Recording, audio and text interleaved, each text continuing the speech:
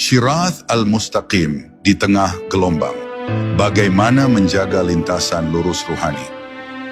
Dalam surat Al-Fatihah, sebelum Allah menyebut dua golongan yang harus dijauhi, terlebih dahulu Dia memperkenalkan kita kepada jalan yang harus dicari.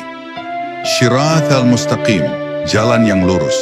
Tapi ayat terakhir justru menggambarkan dua kekuatan besar yang berusaha menyesatkan kita dari jalan itu. Ghairil maghdubi alaihim walad dhalin. Ini bukan sekadar struktur bahasa. Ini adalah urutan spiritual.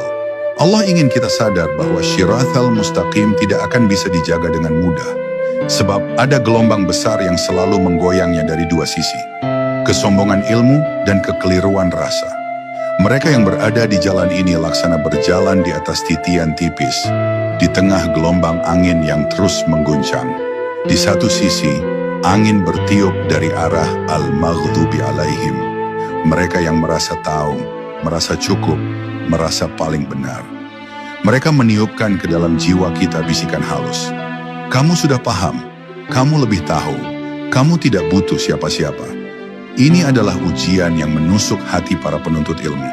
Saat seseorang mulai merasa lebih tinggi dari orang lain karena pemahaman spiritualnya, maka itu tanda ia sedang mulai bergeser dari Shirath al-Mustaqim. Sementara itu, dari sisi yang lain, gelombang datang dari ad-dhalin. Kali ini bisikan yang terdengar bukan tentang keunggulan, tapi tentang rasa yang menggoda. Ikuti saja suara hatimu, biarkan jiwamu lepas. Jangan terlalu kaku dengan aturan, yang penting niatnya baik. Kalimat ini terdengar manis tetapi sangat berbahaya. Rasa, cinta, dan intuisi memang penting dalam tasawuf.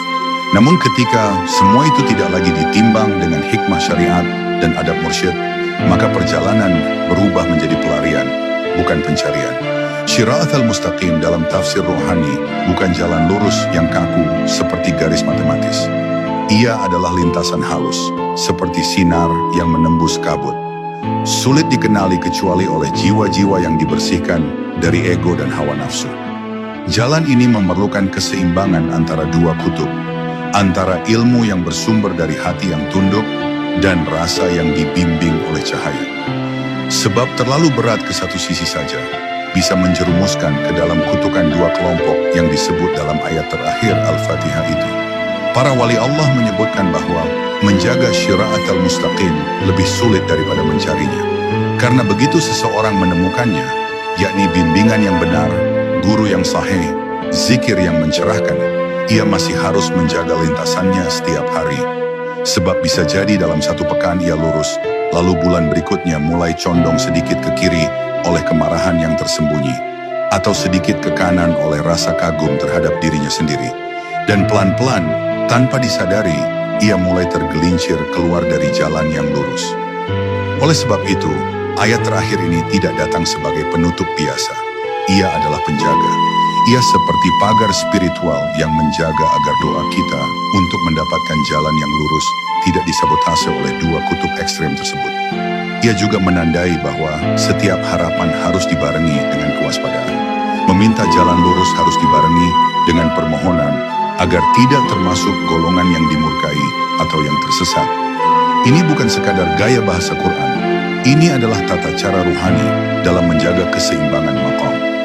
Jadi saat kita membaca surat Al-Fatihah dalam salat dan sampai pada ayat terakhir, itulah saat kita harus menggigil dalam hati.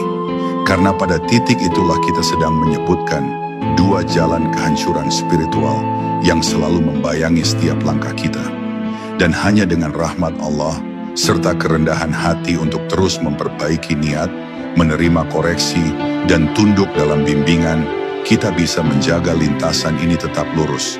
Maka setiap salat sejatinya adalah latihan menjaga arah, bukan hanya doa meminta arah.